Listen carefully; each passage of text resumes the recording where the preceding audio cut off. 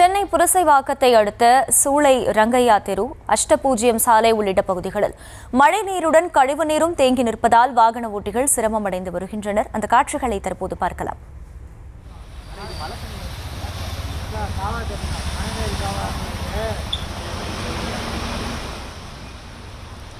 சென்னை புரசைவாக்கம் அடுத்துள்ள பகுதிகளில் மழைநீருடன் கழிவு நீரும் தேங்கி நிற்பதால் வாகன ஓட்டிகள் சிரமத்திற்குள்ளாகி இருக்கின்றனர்.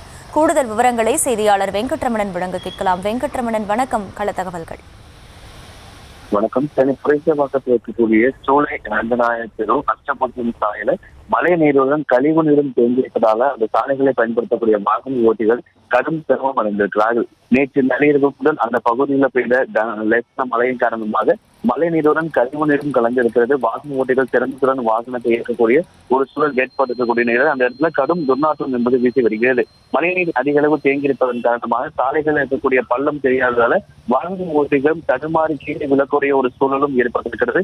ஏற்கனவே முழங்கால அளவுக்கு தண்ணீர் தேங்கியிருப்பதால அந்த சாலைகள்ல நடந்து செல்லக்கூடிய பாதசாரதிகளும் தற்பொழுது கடும் சிரமம் அடைந்திருக்கிறார்கள். தற்பொழுது வரைக்கும் அங்கு தேங்கியிருக்கக்கூடிய அந்த மழைநீரை அப்புறக்கூடிய பணிகள்ல மாநகராட்சி யாரும் ஈடுபடாத நிலையில அந்த சாலையை பயன்படுத்தக்கூடிய பாதசாரதிகள், இருசக்கர வாகன ஓட்டிகள் அனைவருமே சிரமத்துடன் அந்த சாலைகளை கடக்கக்கூடிய ஒரு சூழல் இருக்கிறது.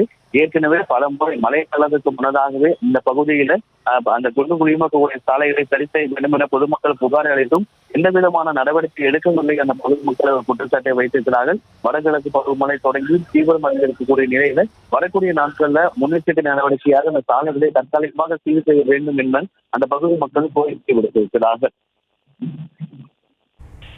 விவரங்களுக்கு நன்றி வெங்கட்ரமணன்.